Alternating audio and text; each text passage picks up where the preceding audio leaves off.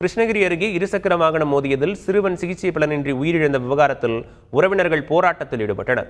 யாசின் நகர் பகுதியைச் சேர்ந்த சம்சாத் என்பவரது 16 வயது மகன் சிவான். சிறுவன் கடந்த மாதம் 29ஆம் தேதி அப்பகுதியில் நடந்து சென்றபோது மதுபோதையில் இருசக்கர வாகனத்தை ஓட்டி வந்த ஸ்ரீதன் என்பவர் சிறுவன் மீது மோதியுள்ளார். இதில் படுகாயமடைந்த சிறுவன் சிகிச்சை பலனின்றி உயிரிழந்தான். இந்நிலையில் மதுபோதையில் விபத்தை ஏற்படுத்திய நபரை கைது செய்ய வேண்டும் என கோரி சிறுவனின் உறவினர்கள் போராட்டத்தில் ஈடுபட்டனர். கிருஷ்ணகிரியில் பட்டாசு ஆலை விபத்து நடந்த இடத்தில் கோவை மேற்கு மண்டல ஐஜி மற்றும் சேலம் சரக டிஐஜி நேரில் விசாரணை நடத்தினர்.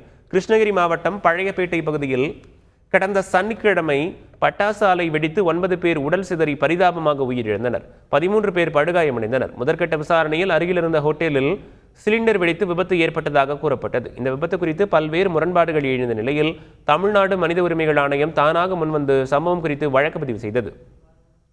இந்த நிலையில் கோவை மேற்கு மண்டல ஐஜி சுதாகர் மற்றும் சேலம் சரக டிஐஜி ராஜேஸ்வரி ஆகியோர் சம்பவ இடத்தில் நேரில் விசாரணை மேற்கொண்டனர். மேலும் வெடி விபத்தில் உயிரிழந்த ஹோட்டல் உரிமையாளர் ராஜேஸ்வரி குடும்பத்தினரிடம் ஐஜி சுதாகர் விசாரணை மேற்கொண்டார்.